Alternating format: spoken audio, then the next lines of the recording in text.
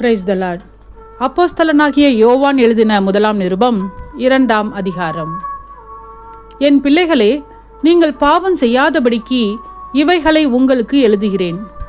ஒருவன் பாவம் செய்வானானால் நீதிபரராயிருக்கிற இயேசு கிறிஸ்து நமக்காக பிதாவினிடத்தில் பரிந்து பேசுகிறவராய் இருக்கிறார். நம்முடைய பாவங்களை நிவிர்த்தி செய்கிற கிருபாதார பலி அவரே. நம்முடைய பாவங்களை மாத்திரமல்ல, சர்வ லோகத்தின் பாவங்களையும் நிவிர்த்தி செய்கிற பலியாய் இருக்கிறார். அவருடைய கற்பனைகளை நாம் கை கொள்ளுகிறவர்களானால் அவரை அறிந்திருக்கிறோம் என்பதை அதனால் அறிவோம். அவரை அறிந்திருக்கிறேன் என்று சொல்லியும் அவருடைய கற்பனைகளை கை கொள்ளாதவன் பொய்யனாய் இருக்கிறான், அவனுக்குள் சத்தியமில்லை. அவருடைய வசனத்தை கை கொள்ளுகிறவனிடத்தில் தேவ அன்பு மெய்யாக பூரணப்பட்டிருக்கும். நாம் அவருக்குள் இருக்கிறோம் என்பதை அதனாலே அறிந்திருக்கிறோம். அவருக்குள் நிலைத்திருக்கிறேன் என்று சொல்லுகிறவன் அவர் நடந்தபடியே தானும் நடக்க வேண்டும். சகோதரரே, நான் உங்களுக்கு புதிய கற்பனையை அல்ல, ஆதி முதல் நீங்கள் பெற்றிருக்கிற பழைய கற்பனையையே எழுதுகிறேன். அந்த பழைய கற்பனை நீங்கள் ஆதி முதல் கேட்டிருக்கிற வசனம்தானே. மேலும் நான் புதிய கற்பனையையும் உங்களுக்கு எழுதுகிறேன். இது அவருக்குள்ளும் உங்களுக்குள்ளும் மெய்யாய் இருக்கிறது. ஏனென்றால் இருள் நீங்கி போகிறது, மெய்யான ஒளி இப்பொழுது பிரகாசிக்கிறது. ஒளியிலே இருக்கிறேன் என்று சொல்லியும் தன் சகோதரனை பகைக்கிறவன் இதுவரைக்கும் இருளிலே இருக்கிறான். தன் சகோதரனிடத்தில் அன்பு கூறுகிறவன் ஒளியிலே நிலை கொண்டிருக்கிறான், அவனிடத்தில் இடறல் ஒன்றுமில்லை. தன் சகோதரனை பகைக்கிறவன் இருளிலே இருந்து இருளிலே நடக்கிறான்.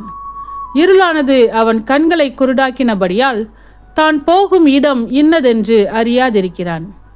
பிள்ளைகளே, அவருடைய நாமத்தின் நிமித்தம் உங்கள் பாவங்கள் மன்னிக்கப்பட்டிருக்கிறதினால் உங்களுக்கு எழுதுகிறேன். பிதாக்களே, ஆதி முதல் இருக்கிறவரை நீங்கள் அறிந்திருக்கிறதினால் உங்களுக்கு எழுதுகிறேன். வாலிபரே, ஜெயித்ததினால் உங்களுக்கு எழுதுகிறேன். பிள்ளைகளே, நீங்கள் பிதாவை அறிந்திருக்கிறதினால் உங்களுக்கு எழுதுகிறேன். பிதாக்களே, ஆதி முதல் இருக்கிறவரை நீங்கள் அறிந்திருக்கிறதினால் உங்களுக்கு எழுதியிருக்கிறேன். வாலிபரே, நீங்கள் பலவான்களாய் இருக்கிறதினாலும் தேவ வசனம் உங்களில் நிலைத்திருக்கிறதினாலும் நீங்கள் பொல்லாங்கனை ஜெயித்ததினாலும் உங்களுக்கு எழுதியிருக்கிறேன். உலகத்திலும் உலகத்தில் உள்ளவைகளிலும் அன்பு கூறாதிருங்கள். ஒருவன் உலகத்தில் அன்பு கூர்ந்தால் அவனிடத்தில் பிதாவின் அன்பில்லை.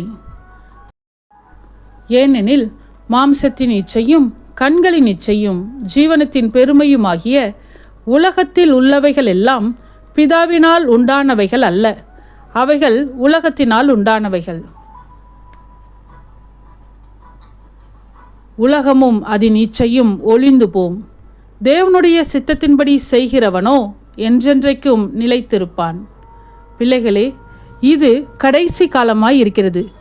இயேசு கிறிஸ்து வருகிறார் என்று நீங்கள் கேள்விப்பட்டபடி இப்பொழுதும் அநேக அந்தி கிறிஸ்துக்கள் இருக்கிறார்கள். அதனாலே இது கடைசி காலம் என்று அறிகிறோம். அவர்கள் நம்மை விட்டு பிரிந்து போனார்கள், ஆகிலும் அவர்கள் நம்முடையவர்களாய் இருக்கவில்லை. நம்முடையவர்களாய் இருந்தார்களானால் நம்முடனே நிலைத்திருப்பார்களே. எல்லாரும் நம்முடையவர்கள் அல்லவென்று வெளியாகும்படிக்கே பிரிந்து போனார்கள். நீங்கள் பரிசுத்தராலே அபிஷேகம் பெற்று சகலத்தையும் அறிந்திருக்கிறீர்கள். சத்தியத்தை நீங்கள் அறியாததினால் அல்ல, நீங்கள் சத்தியத்தை அறிந்திருக்கிறதினாலும் சத்தியத்தினால் ஒரு பொய்யும் உண்டாயிராதென்பதை நீங்கள் அறிந்திருக்கிறதினாலும் உங்களுக்கு எழுதியிருக்கிறேன். இயேசுவை கிறிஸ்து அல்ல என்று மறுதலிக்கிறவனே அல்லாமல் வேறே யார் பொய்யன்? பிதாவையும் குமாரனையும் மறுதலிக்கிறவனே அந்தி கிறிஸ்து. குமாரனை மறுதலிக்கிறவன் பிதாவை உடையவன் அல்ல, குமாரனை அறிக்கையிடுகிறவன் பிதாவையும் உடையவனாய் இருக்கிறான். ஆகையால் ஆதி முதல் நீங்கள் கேள்விப்பட்டது உங்களில் நிலைத்திருக்க கடவது. ஆதி முதல் நீங்கள் கேள்விப்பட்டது உங்களில் நிலைத்திருந்தால் நீங்களும் குமாரனிலும் பிதாவிலும் நிலைத்திருப்பீர்கள். நித்திய ஜீவனை அளிப்பேன் என்பதே அவர் நமக்கு செய்த வாக்குத்தத்தம். உங்களை வஞ்சிக்கிறவர்களை குறித்து இவைகளை உங்களுக்கு எழுதியிருக்கிறேன். நீங்கள் அவராலே பெற்ற அபிஷேகம் உங்களில் நிலைத்திருக்கிறது. ஒருவரும் உங்களுக்கு போதிக்க வேண்டுவதில்லை. அந்த அபிஷேகம் சகலத்தையும் குறித்து உங்களுக்கு போதிக்கிறது. அது சத்தியமாய் இருக்கிறது, பொய்யல்ல. அது உங்களுக்கு போதித்தபடியே அவரில் நிலைத்திருப்பீர்களாக. இப்படி இருக்க பிள்ளைகளே, அவர் வெளிப்படும்போது நாம் அவர் வருகையில் அவருக்கு முன்பாக வெட்கப்பட்டு போகாமல் தைரியம் உள்ளவர்களாய் இருக்கும்படி அவரில் நிலைத்திருங்கள். அவர் நீதி உள்ளவராய் இருக்கிறார் என்று உங்களுக்கு தெரிந்திருப்பதினால் நீதியை செய்கிறவன் எவனும் அவரில் பிறந்தவன் என்று அறிந்திருக்கிறீர்கள். ஆமென்.